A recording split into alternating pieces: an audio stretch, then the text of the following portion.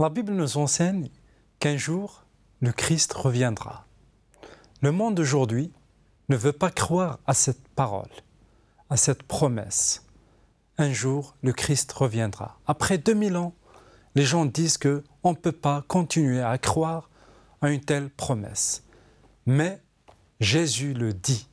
C'est une promesse pour toi qu'un jour, Jésus reviendra. Reste avec nous pour cette promesse que nous allons développer.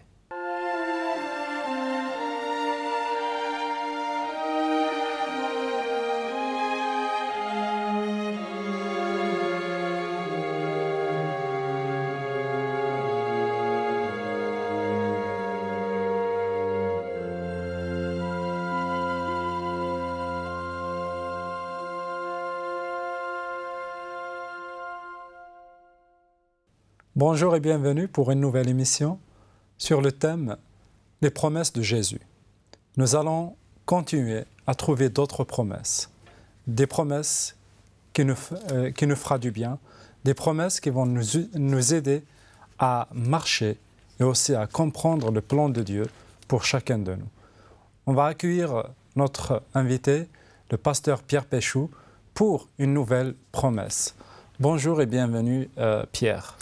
Bonjour Anafi, merci de m'accueillir à nouveau dans le cadre de ces émissions. Toujours un plaisir de partager la parole de Dieu, la bonne nouvelle et ici particulièrement les promesses que Jésus nous a données. Tu es le bienvenu. Alors merci aussi pour toi parce que chaque jour, à chaque fois, tu viens avec une promesse, tu nous encourages et aussi ça ouvre des portes d'espoir pour des gens qui sont désespérés, qui cherchent quelque chose de meilleur, quelque chose qui va leur permettre vraiment de vivre une expérience avec le Seigneur. Alors, c'est intéressant que tu dis ça parce que nous avons partagé des promesses qui sont universelles dans le temps. Et celle d'aujourd'hui, elle est un peu particulière parce qu'elle se place dans un moment particulier du temps qui se déroule. Parce que c'est la promesse que Jésus nous fait de revenir nous chercher. Le retour de Jésus. Et cette promesse, elle n'est possible que parce que Jésus est déjà venu. Alors je vais lire tout de suite cette promesse. Elle se trouve dans l'évangile de Jean, au chapitre 14. Le plus simple, c'est de lire les 3 premiers versets. Et puis ensuite, quand j'aurai fini la lecture, on sortira particulièrement cette promesse et nous la développerons ensemble. Que votre cœur ne se trouble pas. Mettez votre foi en Dieu. Mettez aussi votre foi en moi. Il y a beaucoup de demeures dans la maison de mon Père. Sinon, vous aurais-je dit que je vais vous préparer une place? Si donc je m'en vais vous préparer une place, je reviens vous prendre auprès de moi, pour que là où moi je suis, vous soyez vous aussi. Voilà. Alors c'est la lecture dans l'évangile de Jean, chapitre 14, 1 à 3. Voilà. Alors, dans quelques heures, le lendemain, en fait, Jésus sera crucifié. Ici, depuis le chapitre 13 jusqu'au chapitre 17, il vit un moment très particulier avec ses disciples, où il va beaucoup leur parler et poser des choses comme celles que nous venons de lire pour rassurer les disciples. D'ailleurs, j'ai commencé la lecture par cette parole de Jésus, que votre cœur ne se trouble pas. C'est-à-dire, restez-vous serein. Jésus sait, lui, que les événements à venir vont être compliqués pour les disciples. Les disciples vont même fuir quand Jésus sera arrêté. Et la compréhension de ce pourquoi Jésus est venu sur la terre, pour le salut de l'homme, la compréhension de sa mort et de sa résurrection ne sera acquise par les disciples qu'après la résurrection. Même, c'est beaucoup plus après la Pentecôte. Alors, oui, c'est-à-dire que... Donc, c'est intéressant parce que j'allais venir justement à cet épisode. Non, pas dans le même sens que toi, donc c'est bien de le dire maintenant. Jésus va mourir un vendredi, et puis ressusciter le dimanche, monter tout de suite auprès du Père et redescendre parmi les disciples, et ensuite passer 40 jours avec eux. Et grosso modo, quelques temps après encore, tu parles de la Pentecôte. C'est un épisode qui nous est relatée dans le début du livre des Actes, où l'Esprit de Dieu va descendre sur les disciples. Et cet Esprit va leur permettre effectivement de comprendre beaucoup mieux pourquoi Jésus était venu, pourquoi il devait mourir et ressusciter. Donc c'est important de le préciser. Donc la promesse, elle est là. Hein. Jésus sait qu'il va mourir, ressusciter et au final, après ces 40 jours de présence, après sa résurrection, monter auprès du Père. Et donc là, il fait cette promesse aux disciples, je vais vous préparer une place, je reviendrai vous prendre, pour que là où moi je suis, vous y soyez aussi. Ouais. Alors voilà, ces 3 versets qui débutent le chapitre 14 de Jean sont vraiment riches, très riches. J'ai commencé par « que votre cœur ne se trouble pas ». En soi-même, cette parole de Jésus pourrait être pleine de promesses. Il y a une vérité dans la Bible que j'aime vraiment répéter régulièrement. C'est celle-ci. Quand Jésus nous demande quelque chose, c'est toujours lui qui va l'accomplir. Si Jésus dit que votre cœur ne se trouble pas, c'est que lui va donner les éléments. Il va faire tout pour que cette promesse soit accomplie. Exactement. Ça, c'est vraiment important parce que il y a plein de paroles de Jésus que nous avons eu l'occasion de partager ensemble. Je vous donne ma paix, ou soyez en paix. Si Jésus dit ça, c'est que c'est lui qui va apporter la paix. Et donc, quand Jésus commence en disant que votre cœur ne se trouble pas, ça veut dire écoutez-moi, soyez attentifs à ce que je vais dire maintenant, parce que je vous donne les outils, les bonnes nouvelles. Je vous ouvre une fenêtre sur le futur pour que votre cœur aujourd'hui ne se trouble pas. Jésus n'est pas en train de dire je vous demande de faire un effort. Ne vous troublez pas. En fait, juste mettez votre confiance en moi, parce que voilà, je peux faire tout pour que vous soyez dans cet état. Tout à fait. Alors je souris parce que c'est exactement la suite du texte. Je ne sais pas si tu t'en souvenais, mais que votre cœur ne se trouble pas, mettez votre foi, c'est-à-dire votre confiance. Je veux dire que c'est pratiquement des synonymes. Confiance, mettez votre foi en Dieu, mais mettez aussi votre foi en moi. Nous avons partagé une promesse dans une autre émission qui était celle-ci. La vie éternelle, c'est qu'ils te connaissent, toi, le seul vrai Dieu, et celui que tu as envoyé. Jésus parle du Père et de lui. Et on retrouve ce binôme ici, mettre sa foi en Dieu et mettre aussi sa foi en lui. Alors, je ne veux pas le développer maintenant parce que je voudrais être plus général dans cette première partie. Et quand moi, je ne suis pas né dans une famille qui avait la foi, qui croyait en Dieu. Et donc, c'est un peu après 20 ans que j'ai rencontré Dieu et le Christ à travers la parole de Dieu. Et il y a des phrases, il y a des explications qui marquent les jeunes gens. Et une toute simple qu'on m'avait donnée à l'époque, et donc que je partage avec vous, c'était une présentation de la Bible, très simple. Alors, dire que la Bible, il y a deux grandes parties, ce qu'on appelle la Bible hébraïque et la Bible grecque. L'Ancien et le Nouveau Testament. L'Ancien et le Nouveau Testament.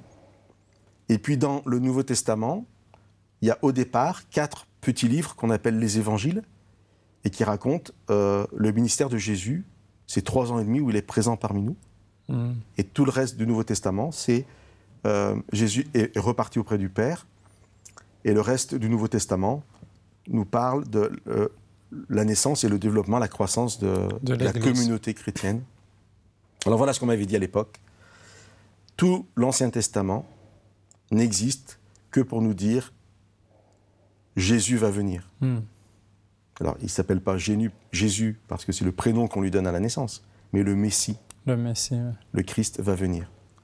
Donc je simplifie, bien entendu. Mais on peut dire ça. Tout l'Ancien Testament n'existe que pour annoncer la venue du Messie. La venue du Messie. Dans le Nouveau Testament, les 4 évangiles, c'est le Messie est là.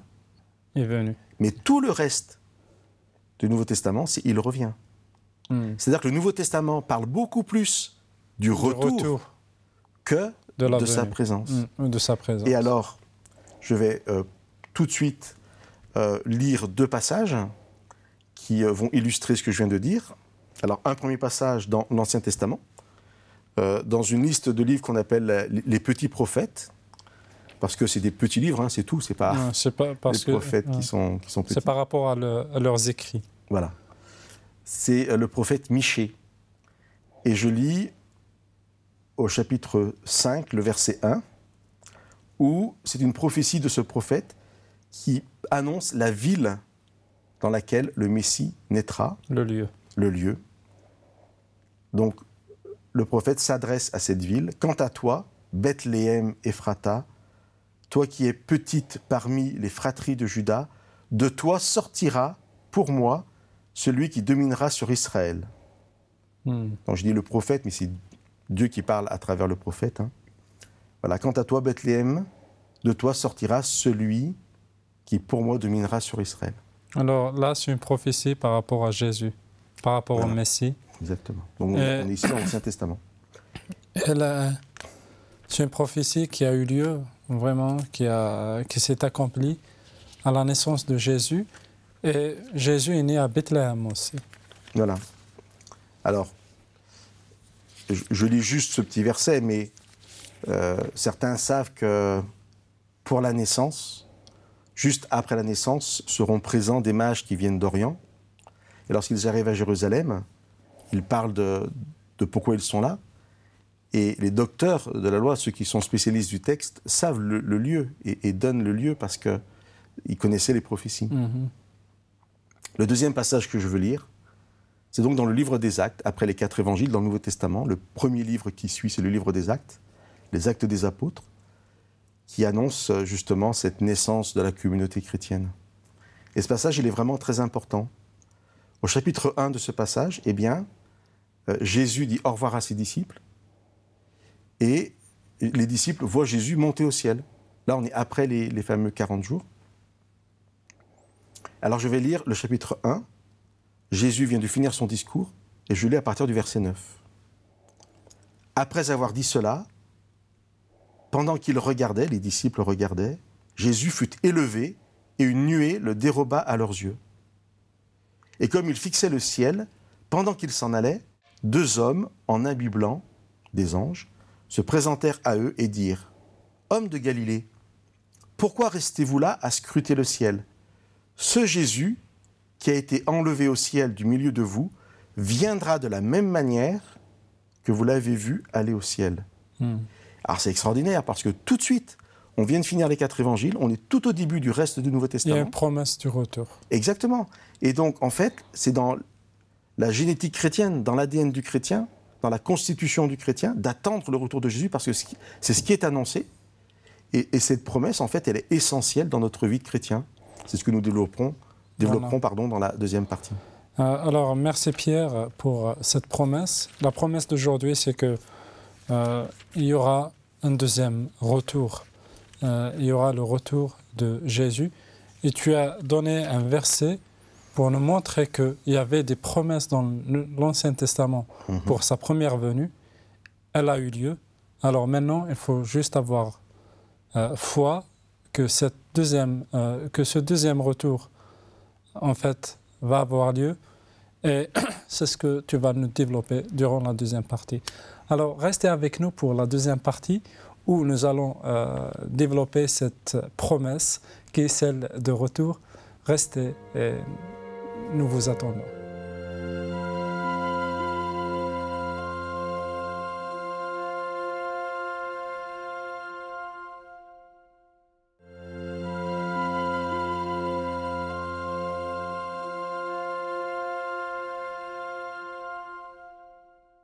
Bonjour et bienvenue pour cette deuxième partie. Durant la première partie, nous avons pu développer cette notion du second retour.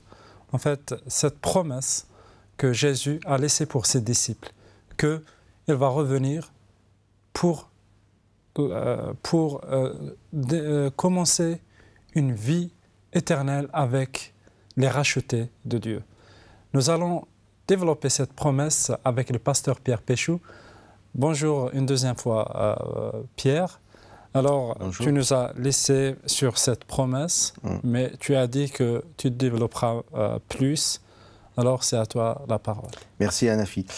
J'ai vraiment envie de bétonner les fondations de cette parole de Jésus. Qu'est-ce que je veux dire par là ? C'est une promesse, mais parce que ça vient de Dieu, comme c'est la parole de Dieu, c'est une promesse qui existe déjà. C'est sûr que ça arrive. Je sais que je le répète dans nos émissions, mais c'est très important que nos auditeurs puisse vraiment bien l'entendre. Il n'y a pas de doute quant à la réalisation de la promesse. Il y a un doute quant à notre capacité à le croire, mais c'est différent. Jésus revient. Alors, le problème n'est pas dans le retour, le problème c'est que comment attendre ce retour, comment comprendre ce retour, est-ce qu'on a foi pour ça? Exactement. Et d'ailleurs, d'autres passages de la Bible nous disent qu'à la fin des temps, les gens diront que Jésus ne revient pas, en fait. On va vraiment nier Dieu, carrément. Aujourd'hui, en fait, attendre comme ça le retour de Jésus, dire aux gens qu'un jour, le Christ reviendra, les gens, vraiment... Ça fait un peu science-fiction, non? Science-fiction, où nous sommes un peu comme des idiots, ou comme des gens naïfs. Voilà, ça c'est vraiment quelque chose d'ancien, il ne faut pas croire à ça. La science aujourd'hui a beaucoup développé, il n'y aura pas le retour, il n'y aura pas ce fameux retour de Jésus. C'est pour ça que je crois le début du chapitre 14 parle de foi, parce que ce n'est pas une démarche scientifique qu'on a par rapport à ça, c'est un acte de foi. Alors, et c'est pour ça que je parlais de fondation justement, et je vais développer ça. Alors, si je comprends bien, c'est qu'on ne peut pas séparer ces deux concepts, foi et retour, et deuxième retour de Jésus. De toute façon, on ne peut pas séparer toute parole concernant Dieu de la foi. Non, parce que tu as dit que je veux bétonner ce retour sur la foi. Alors, c'est un retour qui est aussi lié à notre foi. C'est que le retour, il aura lieu, quelle que soit notre foi. Vraiment, si on le croit ou non, ça, ce n'est pas le problème du retour. Le retour, il va avoir lieu. Absolument. Parce que je pense que aussi, une des marques les plus frappantes et les plus puissantes, c'est le fait que Jésus est venu la première fois, il a accompli des prophéties dans l'Ancien Testament. Et là, est-ce qu'il va aussi accomplir ce que la Bible dit de lui par rapport à ce deuxième retour? Ça devrait nous rassurer ce que tu dis. S'il accomplit les prophéties qui étaient annoncées dans l'Ancien Testament, il n'y a pas de raison qu'il n'accomplisse pas. C'est ce que l'Épître aux Hébreux dit. En fait. Cette prophétie-là.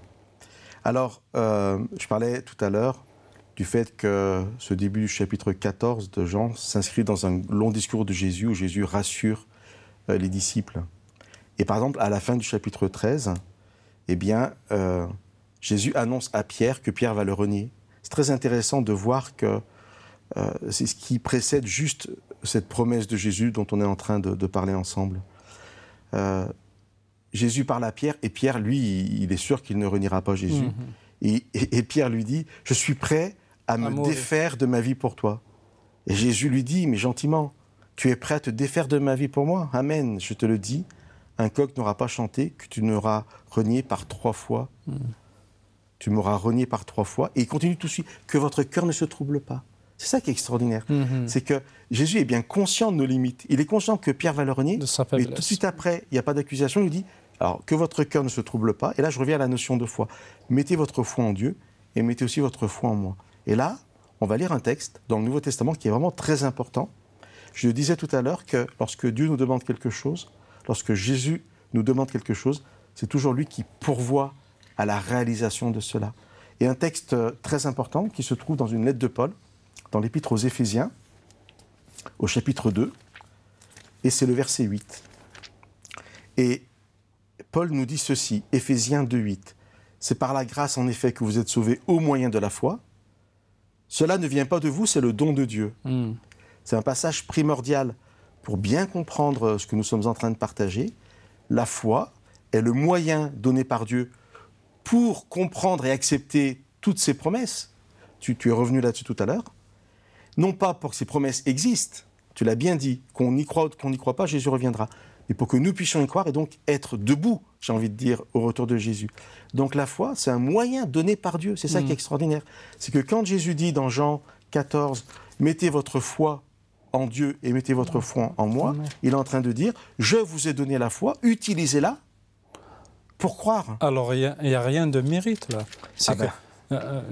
On ne mérite rien parce que même la foi, c'est un don de Dieu. Oui, je pense que dans le fruit du Saint-Esprit, il y a la foi aussi. C'est que, alors dans les dons du Saint-Esprit, il y a la foi. Les dons du Saint-Esprit, tout à fait. Il y a la foi.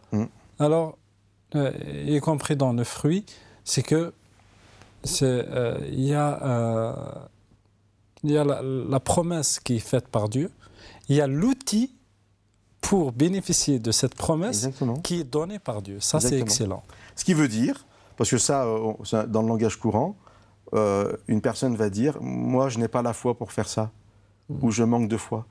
Quand on dit « je n'ai pas la foi » ou « je manque de foi », dans le sens le plus restreint de ce que j'entends, c'est faux. Il faudrait arriver à dire « je n'arrive pas à utiliser la foi que Dieu m'a donnée ». Je n'arrive pas à accepter. Ou alors à accepter la foi. Mais même, dit je vous l'ai donné, donc qu'on l'accepte ou pas, on l'a. Mais on refuse. On ne l'utilise pas. Voilà, on refuse. Dans ce cas-là, on n'accepte pas. Dans ce sens-là, tu as entièrement raison. Que votre cœur ne se trouble pas, j'insiste là-dessus, parce que dans ces chapitres, ce long discours de Jésus, j'ai noté ensuite Jésus qui dira « la tristesse a rempli votre cœur ». Jésus qui dit « vous allez pleurer, vous lamenter ». Jésus qui dit « vous connaîtrez la détresse ». Alors bien sûr, toutes ces choses très négatives sont vraiment d'abord liées au fait que Jésus va partir, que les disciples seront perdus. Ils ont vécu 3 ans et demi, jour et nuit avec lui, à le suivre comme des disciples. Et d'abord, là, Jésus parle vraiment de cette détresse de son absence. Mais en même temps, c'est la beauté de la parole de Dieu, c'est qu'elle est toujours actuelle. 2000 ans après, je lis ces passages, mon cœur peut être troublé, je peux pleurer, être dans la détresse, parce que il est pour moi compliqué de vivre dans ce monde, d'entendre cette promesse de Jésus, mais de me demander aussi pourquoi il n'est pas encore venu. Oui, c'est ça le problème. Aujourd'hui, les gens disent, voilà, après 2000 ans, plus de 2000 ans maintenant, et Jésus n'est pas encore là. Alors, et même, il y a un passage dans les Épîtres, c'est Pierre qui dit que, en fait, même à l'époque de Pierre, les gens disaient « Où est votre Seigneur ?» C'est ce que je disais tout à l'heure, c'était ce passage auquel je pensais tout à fait. Quelques années plus tard, c'était juste 50 ans plus tard, ou 40 ans après l'ascension, les gens déjà commençaient à dire que, voilà, elle est où votre maître, elle est où votre sauveur, elle est où cette vraiment promesse que Jésus a promis pour vous. Alors, c'est vrai, c'est un problème entre guillemets. On a partagé ensemble une autre promesse, j'en ai parlé tout à l'heure, me semble-t-il, où Jésus dit « La vie éternelle, c'est qu'ils te connaissent ». Et on avait vraiment insisté sur le présent de la vie éternelle. D'autres passages où Jésus dit « Je suis avec vous tous les jours jusqu'à la fin du monde ». Ça ne règle pas le problème de la misère de ce monde, mais c'est intéressant à rappeler ça maintenant, c'est qu'il y a une présence de Jésus dans notre quotidien tous les jours. Jésus est présent en esprit. Ça n'empêche pas savoir ça et le vivre, cette présence de Jésus, ça n'empêche pas, notre envie pressante de le voir revenir pour que le mal s'arrête. Alors moi, je voudrais juste noter 2 choses. La première, c'est qu'on a une vision très limitée.